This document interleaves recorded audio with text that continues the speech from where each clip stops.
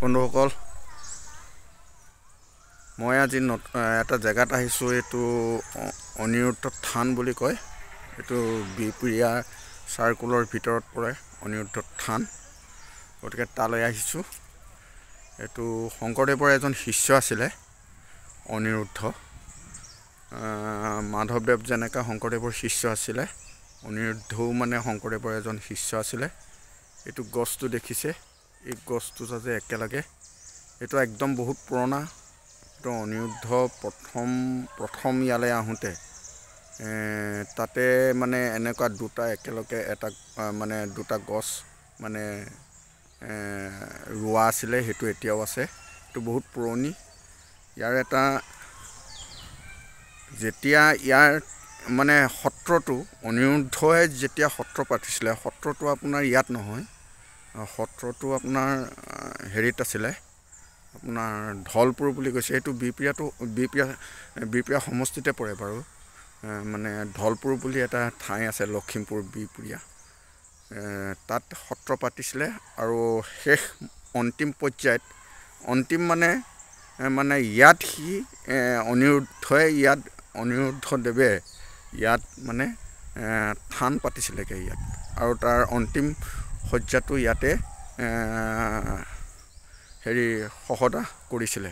শৱদাহ মানে ইয়াতে সি শেষ পৰ্যায়টোত ইয়াতে আছিলে আৰু ইয়াতে তাৰ শেষ নিশ্বাস ত্যাগ কৰিছিলে অনিৰুদ্ধ। এইটো জেগাটো আপোনালোকক দেখাই লৈছোঁ। এইকেইটা থান এয়া আপোনালোকে দেখিছে।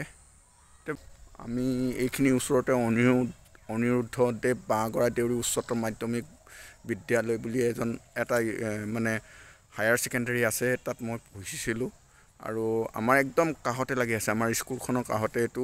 এই অনিৰুদ্ধৰ নামকে লৈ মানে স্কুলখন খোলা আছিলে আৰু তাতে মই পঢ়িছিলোঁ।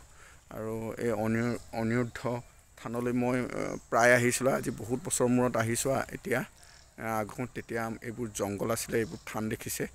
এতিয়া আগতকৈ বহুত ধুনীয়া কৰি দিলে, সমাধি কৰা হৈছিলে।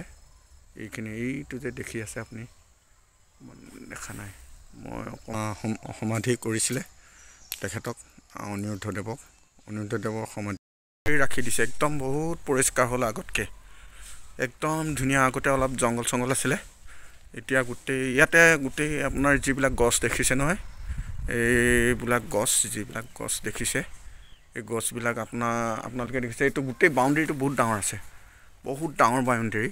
এইটো যিবোৰ গছ দেখিছে, গছবোৰ আচলতে নাহৰ গছ। ইয়াত মানে বেলেগ গছটো অলপ পাবলৈ টান। যিটো প্ৰথম আছিলে, এইটো প্ৰথম ইয়াতে মানে সভা চভা কৰে, ইয়াতে মানে সভা চভা কৰে। আৰু এইটো মায়ামৰা মানে ভক্তসকলে ইয়াত এইটো ভক্তি কৰে। যিবিলাক মায়ামৰা মানে